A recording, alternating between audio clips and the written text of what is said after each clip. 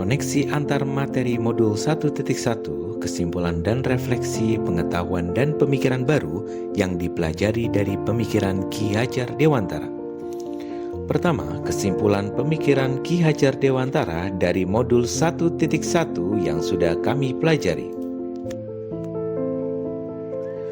Ki Hajar Dewantara membedakan antara pendidikan dan pengajaran. Menurutnya, pengajaran adalah bagian dari pendidikan yang berfokus pada pemberian ilmu untuk kecakapan hidup anak baik secara lahir maupun batin. Sedangkan pendidikan lebih luas, yaitu memberikan tuntunan terhadap kekuatan kodrat anak agar mencapai keselamatan dan kebahagiaan sebagai individu dan anggota masyarakat.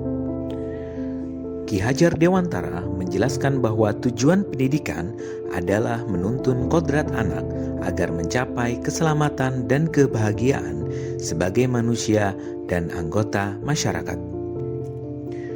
Pendidik berperan seperti petani atau tukang kebun yang menuntun pertumbuhan anak, memastikan lingkungan mendukung, dan memberikan perhatian serta perawatan. Ki Hajar Dewantara menyatakan bahwa pendidikan harus memperhatikan kodrat alam dan kodrat zaman. Kodrat alam berkaitan dengan lingkungan fisik anak, sementara kodrat zaman berkaitan dengan konteks waktu dan perkembangan. Pendidikan harus selaras dengan lingkungan dan waktu yang dihadapi anak, serta menyesuaikan dengan nilai-nilai kebangsaan dan kemanusiaan. Ki Hajar Dewantara menekankan pentingnya pendidikan yang sesuai dengan keterampilan abad ke-21 dan konteks sosial budaya lokal. Pengaruh global harus disaring agar tidak bertentangan dengan nilai-nilai lokal Indonesia. Keberagaman sosial budaya Indonesia dapat menjadi kekuatan dalam mendidik anak sesuai kodrat alam dan kodrat zaman. Pendidik harus menyesuaikan metode pengajaran dengan tuntutan zaman dan kondisi alam yang spesifik, seperti musim dan bentangan alam Indonesia, untuk menuntun anak mencapai kekuatan kodratnya. Menurut Ki Hajar Dewantara, budi pekerti atau karakter adalah perpaduan antara gerak pikiran, perasaan, dan kehendak yang menghasilkan tindakan. Hal ini melibatkan cipta atau kognitif, karsa atau afektif, dan karya atau psikomotor. Keluarga adalah tempat utama untuk melatih pendidikan sosial dan karakter anak, berfungsi sebagai ekosistem kecil untuk mempersiapkan anak hidup bermasyarakat. Saatnya kita merefleksikan pemikiran-pemikiran Ki Hajar Dewantara. Mari kita jawab pertanyaan-pertanyaan berikut ini.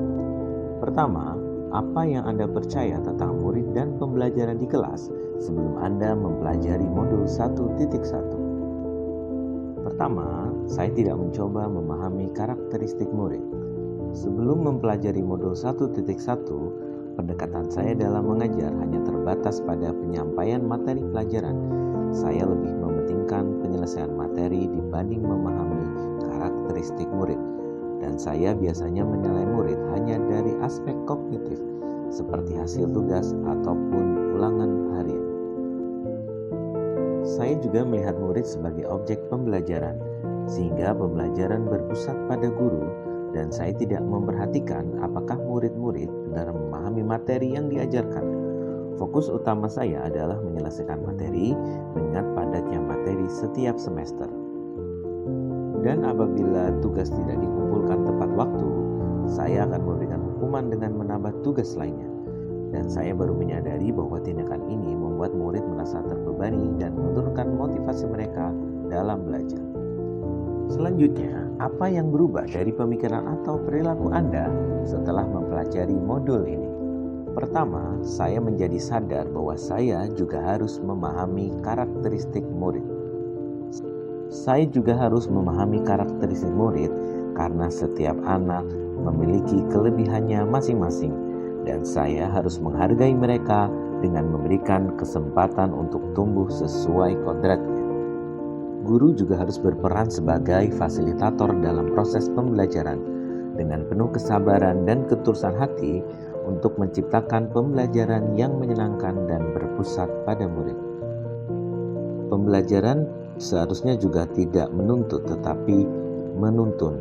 Tugas guru adalah memberi arahan yang baik kepada murid, menjadi teladan dalam perkataan dan perbuatan, dan dengan menjadi guru yang berkarakter baik, murid akan meniru dan menjadi lebih baik.